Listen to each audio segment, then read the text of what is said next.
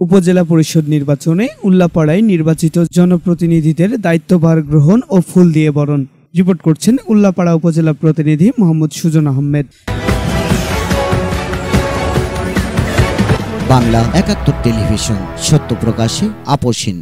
সিরাজগঞ্জের উল্লাপাড়ায় ষষ্ঠ উপজেলা পরিষদের দ্বিতীয় ধাপে নির্বাচনে নবনির্বাচিত জনপ্রতিনিধি চেয়ারম্যান ও ভাইস চেয়ারম্যান দ্বয় মঙ্গলবারে রাজশাহী বিভাগীয় কমিশনার ডক্টর দেওয়ান মাহমুদ হুমায়ুনের কার্যালয়ে শপথ গ্রহণ করেন। বুধবার সকালে উল্লাপাড়া উপজেলা নির্বাহী কর্মকর্তা মোসাম্মদ সানজিদা সুলতানার সভাপতিত্বে পরিষদের মাসিক আইন শৃঙ্খলা সভায় তারা নতুন দায়িত্ব গ্রহণ করেন। তার আগে নবনির্বাচিত উপজেলার চেয়ারম্যান সেলিনা মির্জা মুক্তি ও ভাইস চেয়ারম্যান আবু সাইদ স্বপন ও মহিলা ভাইস চেয়ারম্যান উপজেলা পরিষদ চত্বরে বঙ্গবন্ধুর প্রতিকৃতিতে পুষ্প অর্পণের মধ্য দিয়ে একটি দোয়ার আয়োজন করেন। দায়িত্বভার অনুষ্ঠানে এ সময় তাদেরকে ফুল দিয়ে বরণ করা হয়। আয়োজন অনুষ্ঠানে সালঙ্গা থানার ভারপ্রাপ্ত কর্মকর্তা এনামুল হক, উল্লাপাড়া মডেল থানার তদন্ত ওসি শহীদুল ইসলাম, উপজেলা কৃষি কর্মকর্তা সুবনে ইয়াসমিন সুমি, মাধ্যমিক শিক্ষা কর্মকর্তা AKM শামসুল হক, উপজেলা আওয়ামী লীগের সভাপতি ফয়সাল কাদের রুমি ও সাধারণ সম্পাদক বীর মুক্তিযোদ্ধা গোলাম মোস্তফা চেয়ারম্যান, ফোরামের সভাপতি মোহাম্মদ আফসার আলী, সাধারণ সম্পাদক মোহাম্মদ সোহেল রানা সোহেল সহ